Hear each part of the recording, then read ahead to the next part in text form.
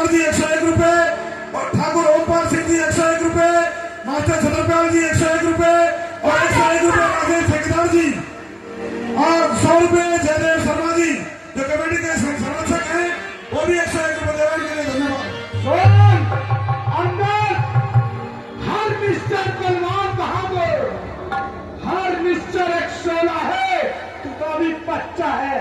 हर mister बलवान बहादुर, हर mister एक शोला है, और चुपा हलक से खींची हमने, सामने जो भी बोला है। मैं श्री रामचंद्र जी का दूत हूँ, इसीलिए खामोश हूँ, वरना लेखा भी तेरा चुका देता, दोनों के शीश का श्री राम के चरणों में देता, जो ये जवान चल रही है उसके 100 टुकड़े बना देता। अच्छा भैया की वानर, मैं तेरी बात पर कुछ गौर करता हूँ।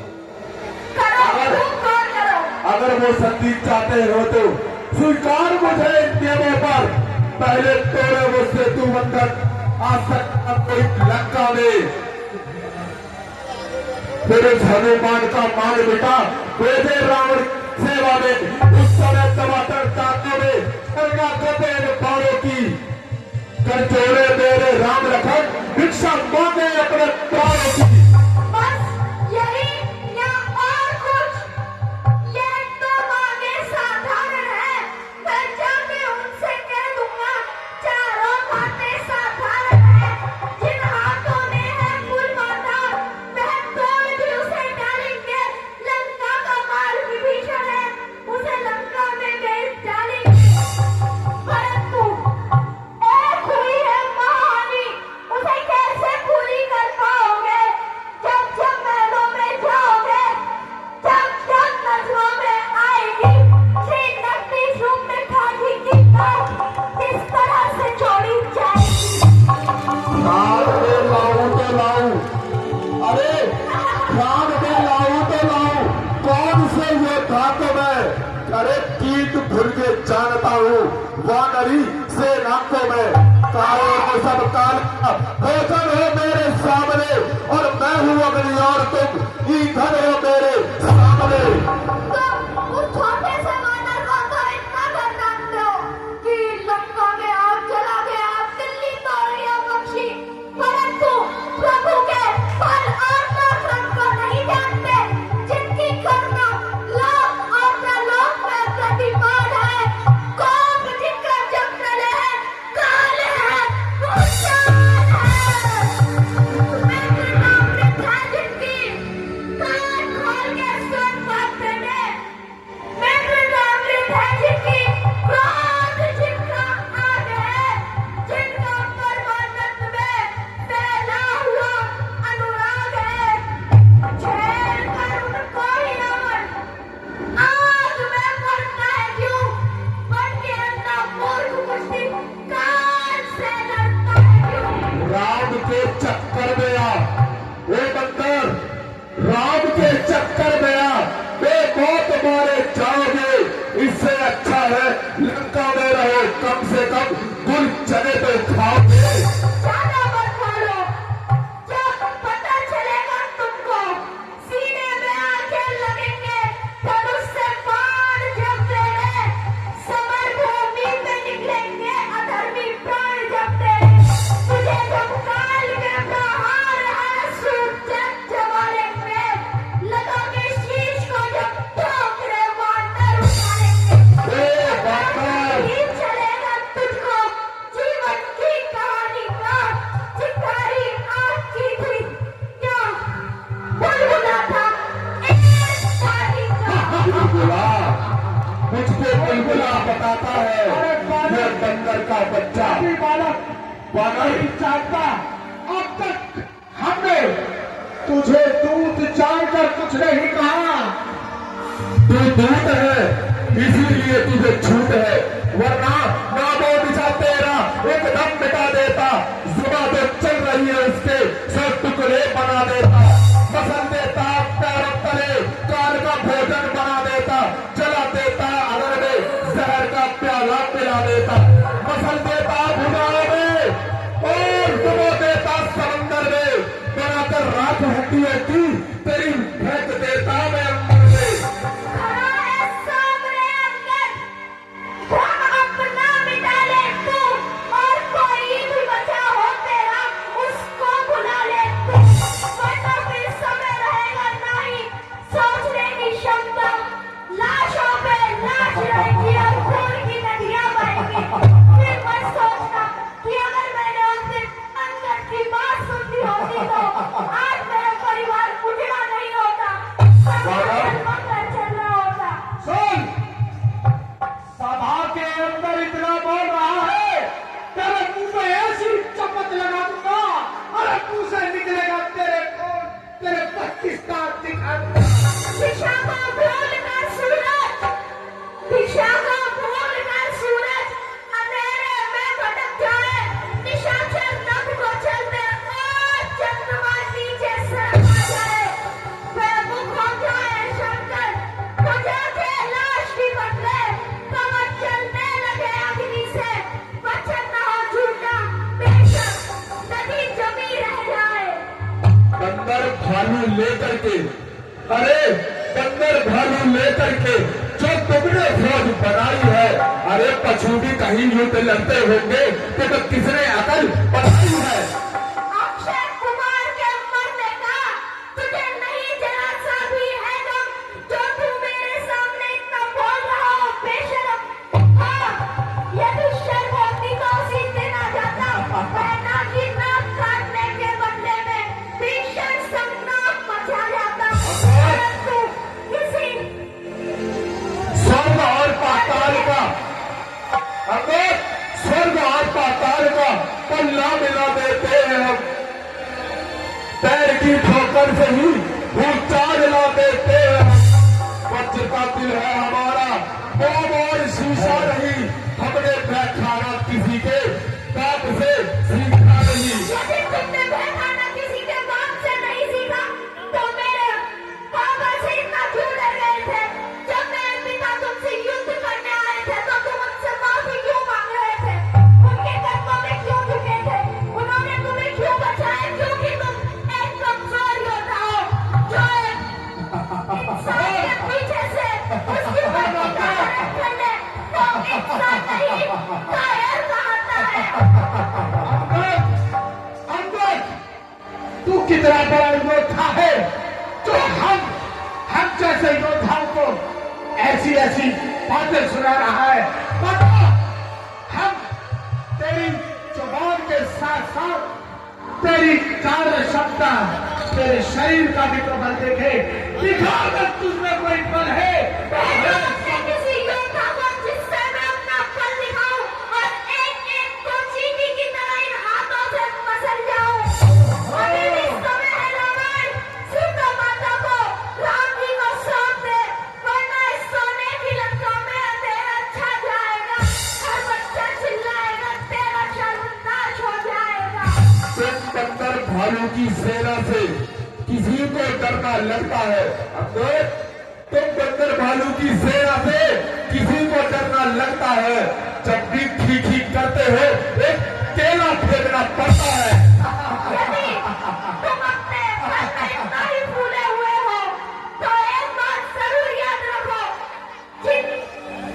जिनके छूने से पत्थर की नारी अहिल्या जीवित हो सकती है, यदि उनके पांव तुम्हारी छाती पे लग गए तो तुम्हारा क्या होगा? इस पूरी लंका का सिर्फ सर्वनाश होगा, सर्वनाश। बहुत बड़ी बालक है,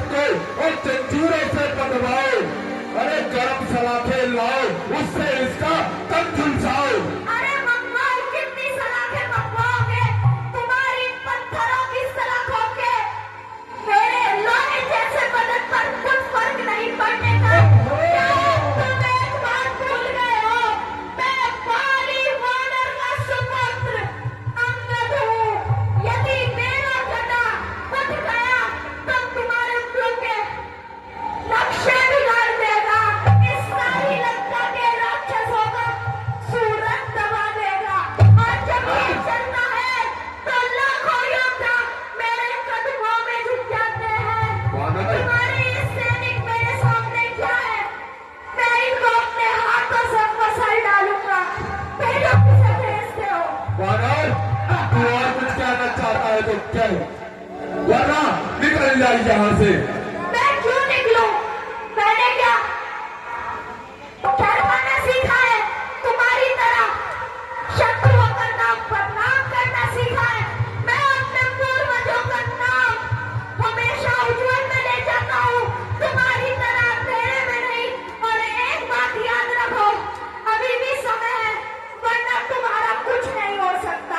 तुम अपनी इस वीरता के घमंड में अपनी पूरी तू मेरे सामने, खोदोगे। तू मेरे सामने बस एक खुलगा है जिसको मैं अपने पैरों तले मसल सकता हूँ, और तेरी पूरी सेना को और तेरे उस बाण राम को भी मैं धूल चटा सकता हूँ। अंगद के इस पात्र पर प्रसन्न होकर 101 रुपए अंगद,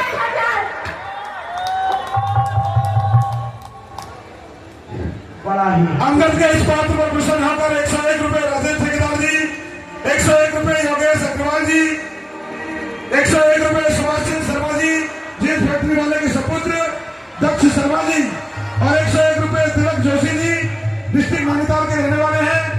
101 रुपए आदर्श बाबू जी, कानपुर देहात के, और 101 रुपए शैलेंद्र शर्मा जी, 101 रुपए अमित कुमार जी जो कमेटी के पदाधिकारी हैं, और 101 रुपए संदीप पांडे जी, 201 रुपए वकील बदौली, 201 रुपए वकील बदौली जी, और 251 रुपए विजेंद्र शर्मा जी जो अपने सुभाष चंद्र भाई साहब हैं, उनके समधी हैं, वो 251 रुपए कमेटी के लिए दे रहे हैं। उनके लिए बहुत बहुत धन्यवाद। जब मैं अकेला तुम्हारी 80,000 सेना को ठिकाने लगा सकता हूँ उस एक जगह से, तो सोचो हमारी 50,000 वानरी सेना तुम्हारी इस लंका के सैनिकों का क्या हाल करेगी।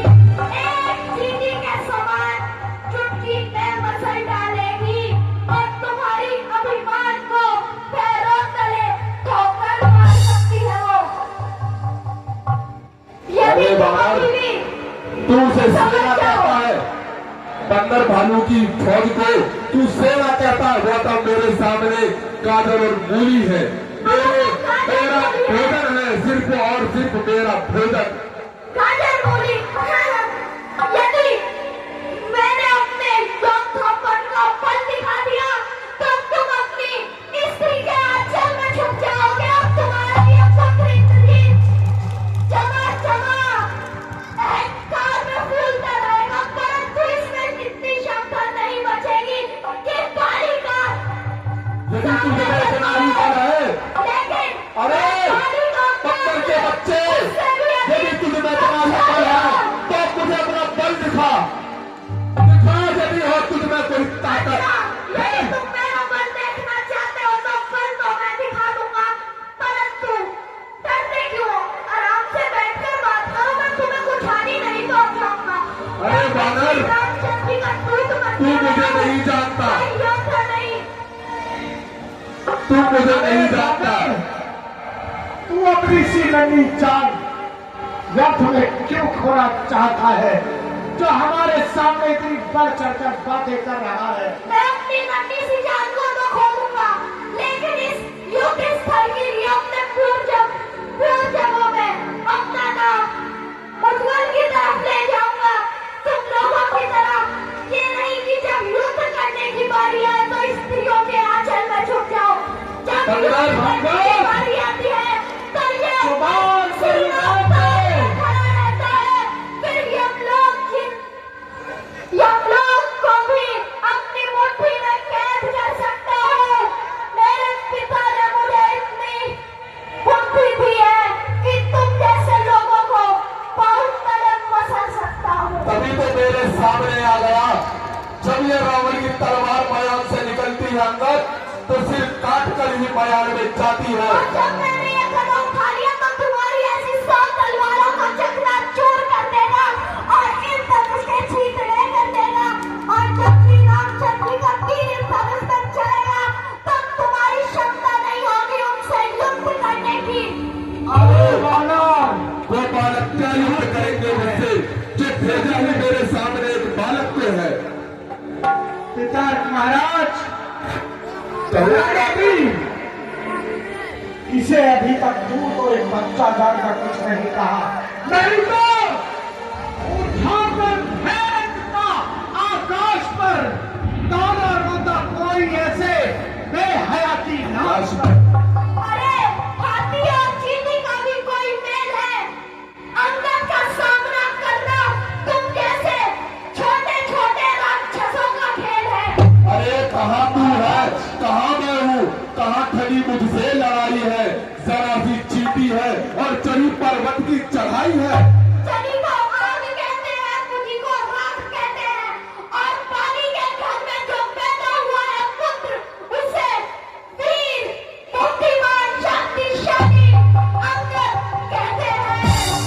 क्या तुमने सुना नहीं? हाँ, मैंने भली प्रकार सुना, किंतु जब मैं सुनाऊंगा तो तू अपनी माँ के आंचल में जाकर ना छुप जाए। हाँ, तुम जैसे लोगों की तरह नहीं हूं मैं, जो चौरा पार अपना आंचल बनाए। जब युद्ध करने की बारी आए तो घरों में स्त्रियों के आंचल में छुप जाए। अरे यदि बाबा, मैं करता होता तो श्री रामचंद्र जी के साथ 14 मास सैनिक और बंदर भालू की फौज लेकर रातों रात पहरा नहीं देता। यदि तेरे राम में इतनी शक्ति है तो क्यों ना आई वो सीता को मुझसे बचा लेता। क्यों तुम जैसे बालक को मेरे पास भेजा है। हम चाहे तो अपने कोख से सीता माता को अपने पास ला सकते हैं और तो क्यों नहीं लाता? तेरा मरण कर सकते हैं। क्यों नहीं लाता और क्यों नहीं करता? तुम जैसे कार में दया आती है, इसलिए मैंने कहा मैं ही जाता हूँ।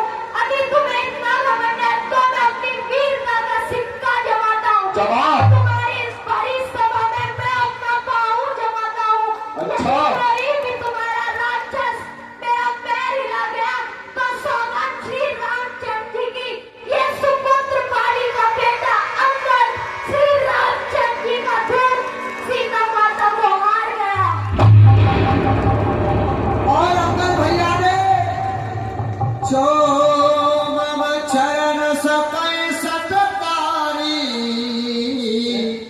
फिर हे राम सीता में हारी।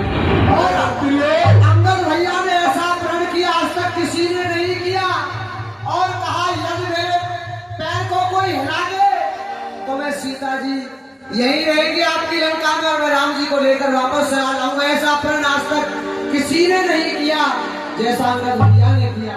तुम क्या इन राक्षसों के कानों में शी शी कर रहे हो? अगर बल और पराक्रम है तो मेरा पाँव हिला के दिखाओ तुम लोगों की तरह। अरे राक्षस जाओ, हिला उसका पैर। आओ एक एक करके जो सब एक साथ आ जाओ, परंतु मेरा पैर नहीं हिला पाओगे।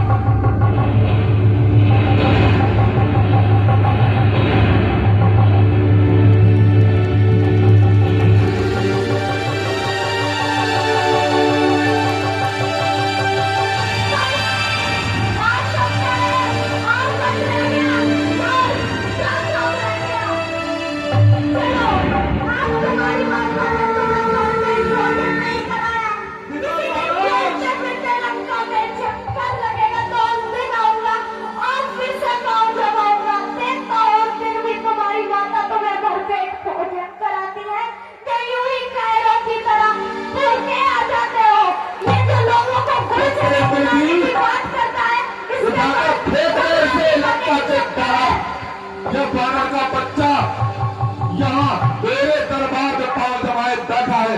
जाओ इंद्रजीत, जाओ। चला इंद्रजीत दिग बलवान, इंद्रजीत दिग बलवान, हर से उठे जहाँ सर्वत नाम।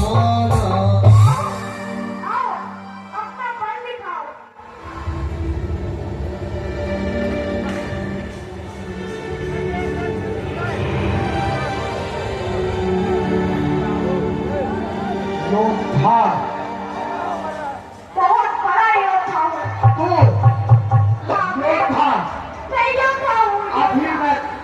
तुझे इस धार के सहित उठाकर आकाश मार्ग पर फेंक दूंगा। यदि तूने अपनी मां का दूध पिया होगा तो तू मेरे पाँव हिला देना पिता की तरह एक मंदबुद्धि इंसान है जिसने इतनी भी समझ नहीं है कि अपने जीवन की घड़ियों को पल में जीने यूं ही कैसे करते। क्या हुआ? कहाँ गई तुम्हारी सारी बुद्धि? कोई जादू है या कोई माया है? पिताश्री, एक दिल सरकाना पर शक्ति वही बर्बाद की। वज्र का खम्मा है मानो, लाख है वो लाख। सारा पर मैं स्वयं आता। मैं तुझे युद्ध भूमि में देखूंगा। अरे यहाँ नहीं देख पाई युद्ध भूमि में देखना तुम्हारे बस की बात। अंदर मैं आता हूं। अब तूने अपना पैर क्यों हटा लिया? बन के अज्ञान तुम अज्ञान के पद पे क्यों चले? पाँव छूने से मेरे होगा नहीं तेरा भला। काम मेरे कर जिससे निकले हरिया राम की। मौज चाहता है तो जाके शरण ले श्री राम की। जान ले करुणा प्रभु की, लोक का कल्याण है, अन्यथा वियुक्त का ऐलान है, ऐलान है, ऐलान है, ऐलान है,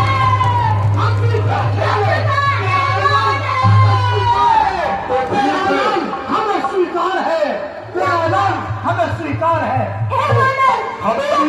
लंका के कोने में यह बात पहुंचा दो कि लंका का एक भी योद्धा अंगद का पाँव उठते नहीं सरका पाया। किसी में कंबल नहीं है जो तुम जैसे योद्धा का सामना कर चुके। पिताश्री, इस छोटे से आना में सामना कर चुका है परंतु किसी के पल में नहीं आता। मैं इस मुट्ठी में आता हूँ और आकाश में धूल की तरह उड़ जाता हूँ। तेरे ये राम का प्रस्ताव मुझे स्वीकार है। ये युद्ध तैयार है, स्वीकार है, स्वीकार है, स्वीकार है। मैं तुम्हें आखिरी मौका देता हूँ। अपने दिमाग से सोचो जो तुम कर रहे हो वह सही है या गलत। अन्यथा फिर युद्ध का तो ऐलान ही कर चुका हूँ मैं। अपनी अरे अम्मा, से तो बोलने में मैं तुझे युद्ध भूमि में देखूंगा। तुम मुझे क्या युद्ध भूमि में देखोगे? तुमसे तो बोलने में भी मुझे लज्जा आती है। तुम मेरी नई कायर कहते हो फिर मैं प्रारंभ कर चुका हूँ। जीत कर उनमें ढोल जमाते हो। क्या कहते हो? काम कहते हैं जिसे काल इस सरकार में हथकड़ी पहने पर बंद कारागार में। अरे तुम्हारी क्षमता में नहीं है किसी को हथकड़ी पहनाना। वो तो तुमने किसी छल से जीता होगा इंद्र को, वरना तुम्हारे बल इतना नहीं है तुम्हारे अंदर कि इंद्र को जीत पाओ। मेरे जैसे 100 लोग हैं इंद्र के अंदर। यदि तुम मुझे नहीं हरा पाए तो इंद्रदेव को क्या हराओगे? मैं जाता हूँ श्री रामचंद्र जी के यहाँ।